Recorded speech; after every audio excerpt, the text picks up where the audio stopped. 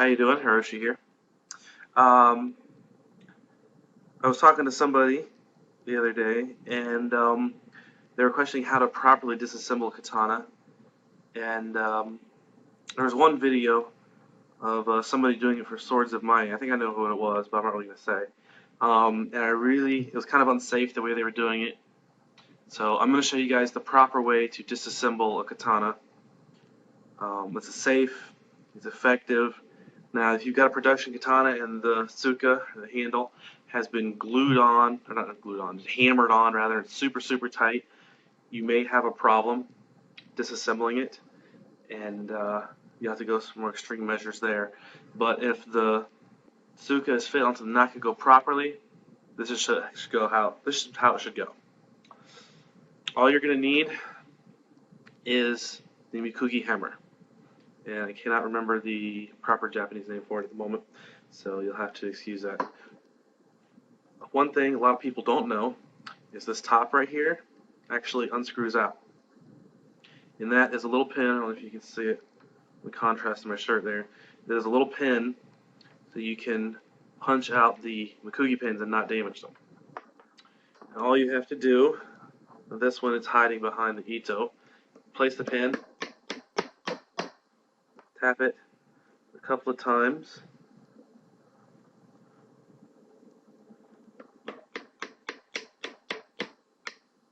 and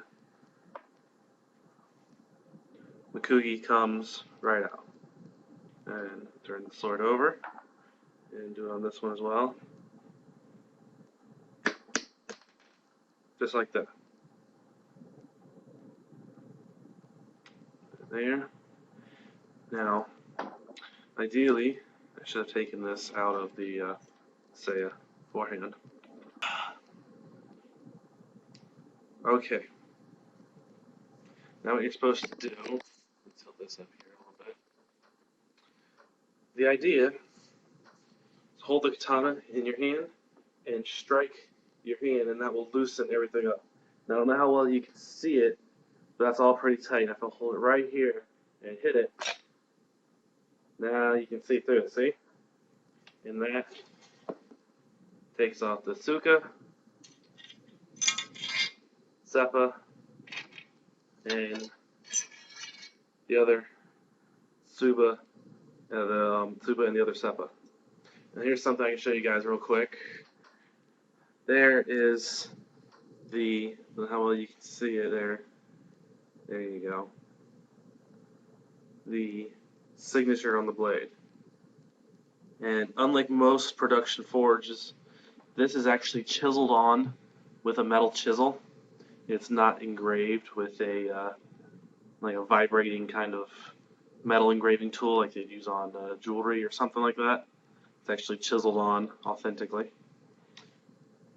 And of course you can see those great file marks on there. Absolutely beautiful knuckle on this sword. Now to reassemble it, it's almost the same thing. Hold the sword. And I always take the seppa and the tsuba at the same time. It's just easier. Push it up. Push your hands. Slide up.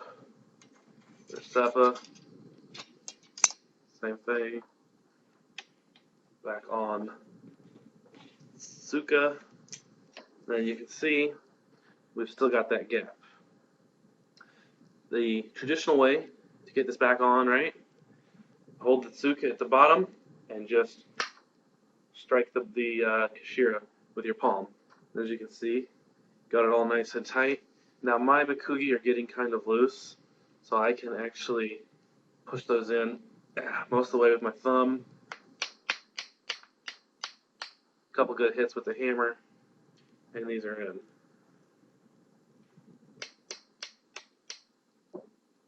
There. And it is reassembled. That is how it's supposed to go. Now, I know there are people out there who are saying that it's not that easy. For instance,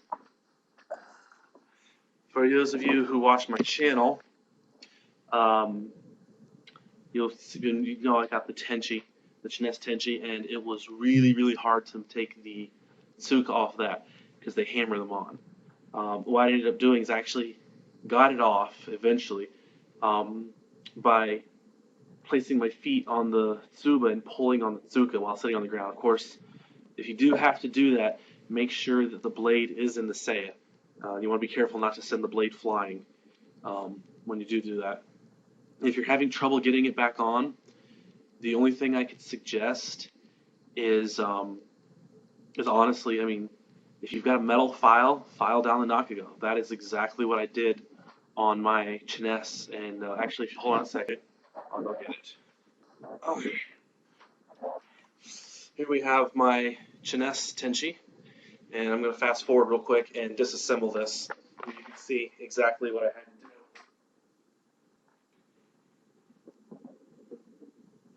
Okay, I've taken the pins out. In this one, you can see it doesn't. Yeah, there we go. You can see this one, it's still really tight. So what I can do, it's too loose or it's too tight to be able to loosen it by striking my hand. So what it is, I put up and I squeeze and I pull down, and you actually use the muscles in my hand to push up on the tsuba, and that takes it off. There you go. Slide that off. There. And you can actually see, I don't know how well you can see it, but right here, I've actually filed it down so that it would fit smoothly into the tsuka. It's still tight, but I didn't want to get it super, super loose. And here's another. You can also see where I filed it here, where it's shiny, and on the reverse of the blade as well, I did the same thing. And check out the kanji on this one. I don't even know if you can see it. It's just barely there. It was. It also looks like it was chiseled on, but it was done very, very shallow. I mean, very shallow. But it is there. So now this one is a little bit trickier to reassemble. It tends to stick a little bit. I'll go ahead and get this one back together. So if you're having trouble reassembling, okay, you know what? It actually went together really nicely right there. So that's great. If you're having trouble reassembling the tsuka back onto the Nakago, my best suggestion, especially if it's super, super tight, file the Nakago if you can. If it's a production blade, obviously you want to do it on Mihonto. If you don't mind altering the geometry of the Nakago a little bit, it'll make your life a whole lot easier. Otherwise, the only thing I can suggest is wad up an old towel or a rag or something so that it's nice and thick. I mean, like really, really thick.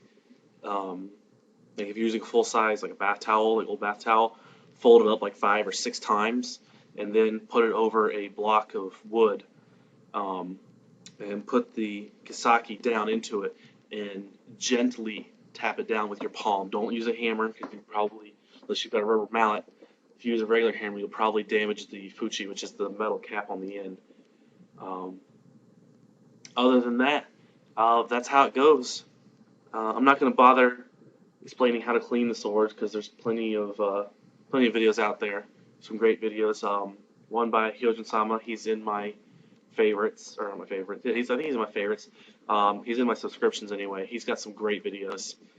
But other than that, see you later. Take care and have fun.